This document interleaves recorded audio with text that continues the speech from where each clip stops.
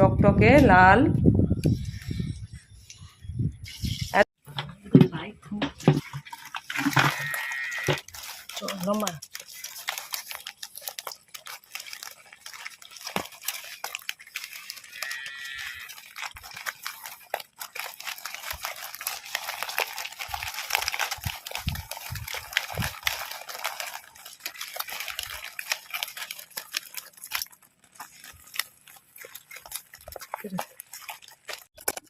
নমস্কার বন্ধুরা, সুন্দরবন সুপ্রিয়া কিচেনে স্বাগত জানিয়ে আজ খুব সুন্দর একটা রেসিপি নিয়ে আপনাদের সামনে চলে এলাম।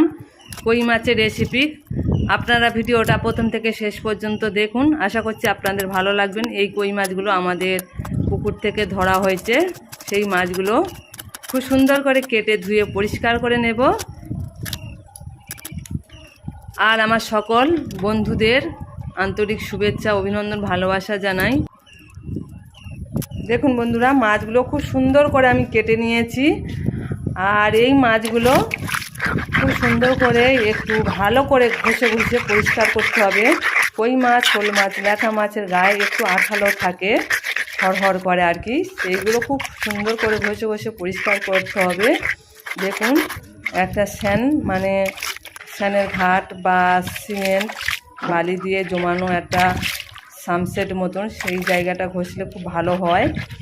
আমি খুব সুন্দর করে মাছগুলো ঘষে পরিষ্কার করে নিয়েছি দেখুন, আর ধুয়েও নিয়েছি।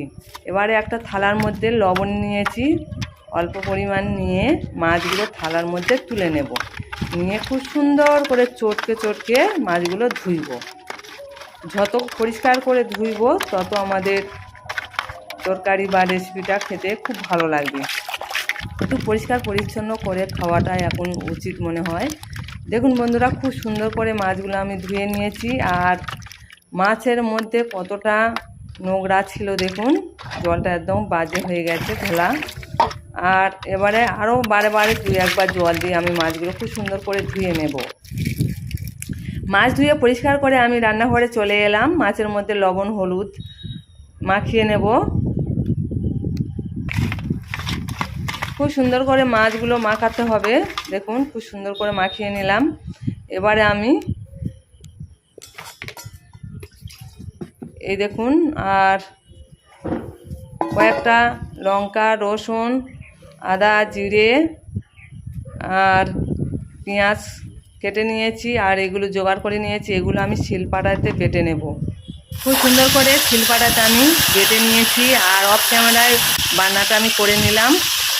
আর উনুনটা ধরিয়ে কড়াইয়ের মধ্যে পরিমাণ মতন তেল দিয়ে মাছগুলো খুব সুন্দর করে ভেজে নেব। আর আমাদের বাড়িতে মাছটা একটু কড়া করে ভাজতে হয়। আর মাছগুলো এখন সবাই একটু তেল বেশি খায়। প্রত্যেক বাড়িতে তেল মশলা বেশি খাওয়া হয়। আর পরিমাণ মতন তেল দিয়ে খুব সুন্দর করে মাছগুলো আমি দেখুন উল্টে পাল্টে ভেজে নেব।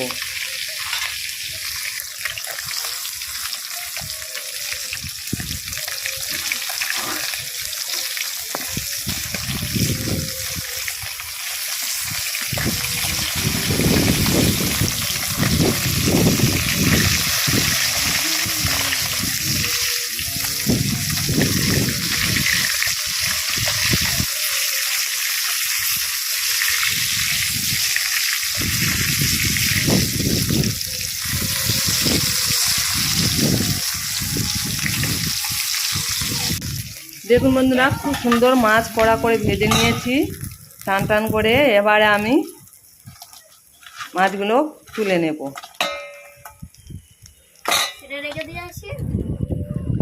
ওই তেলের মধ্যে আলুগুলো ভেজে নেব।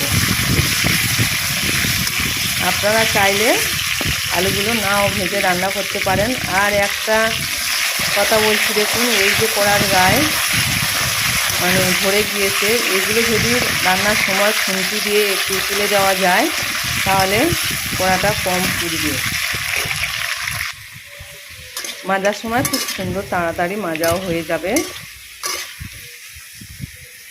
আলুগুলো খুব সুন্দর করে দেখুন ভেজে নিয়েছি। এবার আমি তুলে নেব।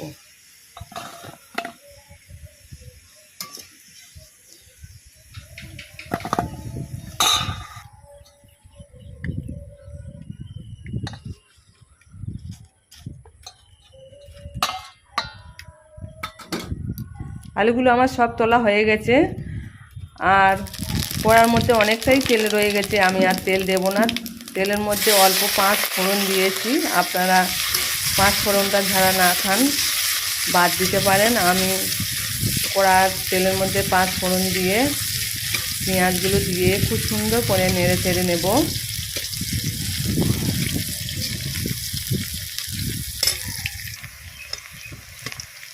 পেঁয়াজগুলো খুব সুন্দর করে নেড়ে চেড়ে ভাজা ভাজা হয়ে গেছে। এবারে সেই যে মশলাগুলো পেস্ট করে রাখলাম সেই মশলাগুলো দিয়ে দিলাম।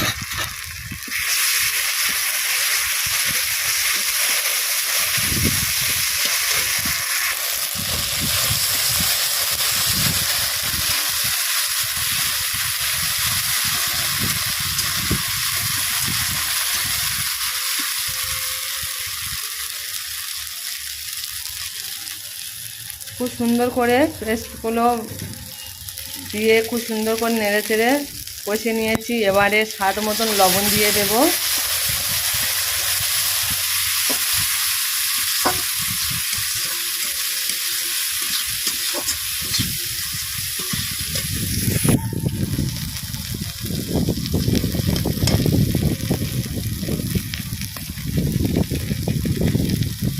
সঙ্গে এবারে হলুদের গুঁড়ো দিয়ে আরও কিছুক্ষণ নেড়ে চেড়ে নেব।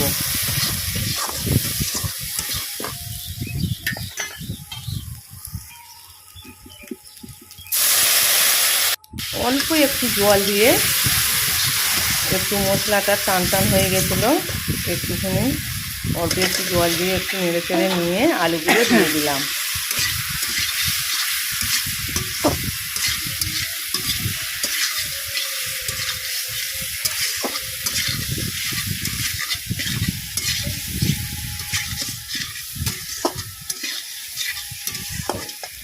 বন্ধুরা, খুব সুন্দর সেন্ট বেরিয়েছে।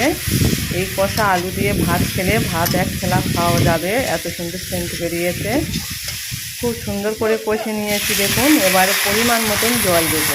খুব বেশি জল দিলে তরকারির টেস্ট হবে না, অল্প পরিমাণ জল দিতে হবে, যেহেতু আমার আলু ভাজা ছিল।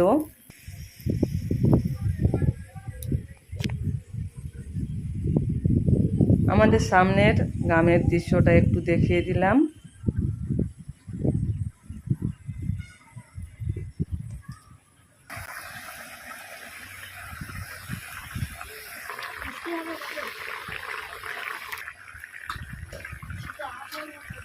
কিছুক্ষণ আমি তরকারিটা ফুটিয়ে নিয়েছি। এবারে আমি দিয়ে দেব মাছগুলো।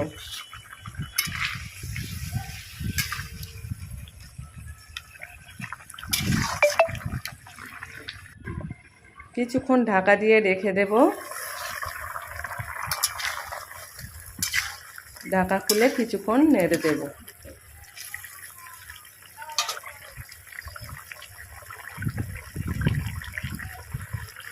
আরও কিছুক্ষণ ফুটিয়ে নিয়ে 1 চামচ গরম মশলার গুঁড়ো দিয়ে আরও কিছুক্ষণ নেড়ে চেড়ে ফুটিয়ে নেব।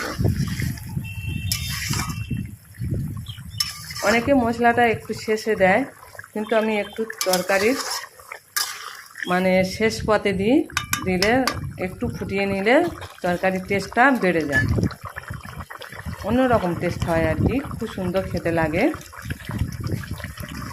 কিছুক্ষণ ফুটিয়ে নিয়েছি। এবার আমি কই মাছের রেসিপি নামিয়ে নেব। দেখুন খুব সুন্দর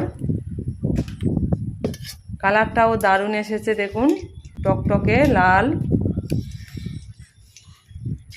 এতক্ষণ ধরে ধৈর্য সহকারে আমার ভিডিওটা যেসব দিদিভাই দাদাভাই দেখেছেন তাদেরকে আন্তরিক শুভেচ্ছা, অভিনন্দন, ভালোবাসা জানিয়ে আমার ভিডিওটা এখানে শেষ করছি। আপনারা ভালো থাকবেন, সুস্থ থাকবেন, শুভ কামনা রইল।